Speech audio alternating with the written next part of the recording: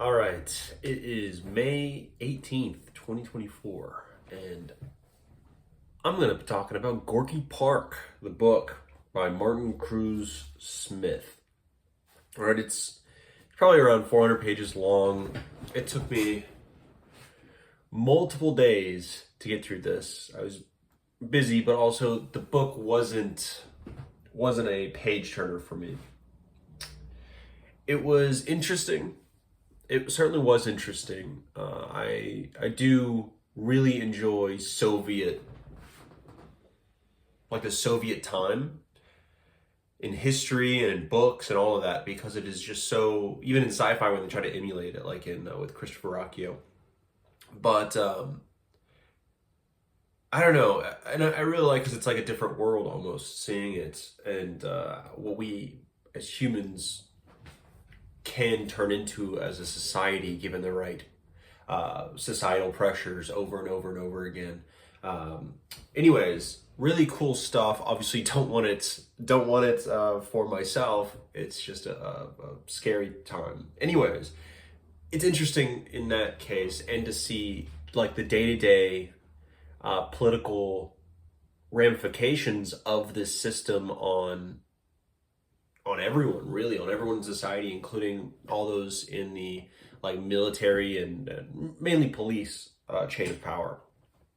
Our main investigator, Arkady Renko, was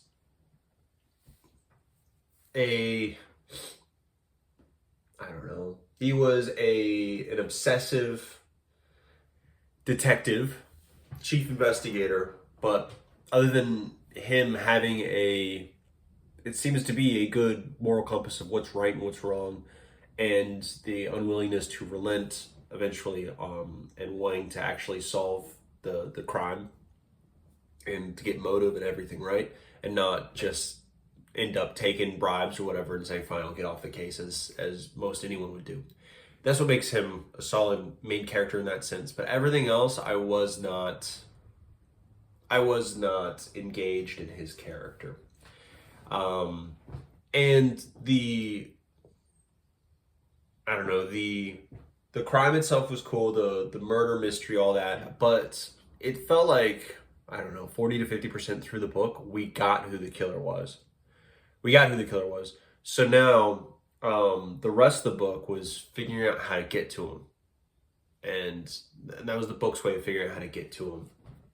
Because he's politically connected through the FBI and through the KGB. So both countries have had desire to keep him alive as an informant for both of them. But there's also a secondary way in which there are sables, really nice sables, which have just been throughout the story mentioned and talked about all the time. For the fur,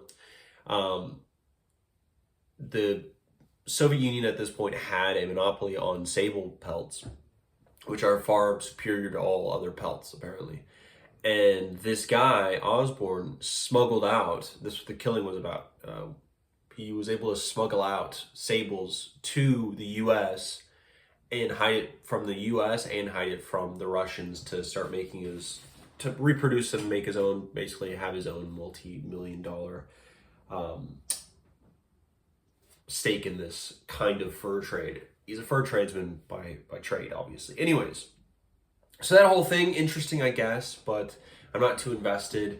And I was here for the murder mystery, honestly. That's what I'm here for. And when we found out really who the killer was pretty soon, like 50% through or earlier, I was like, okay, what's next, as we go through. Okay, now we're in America now. Cool, great.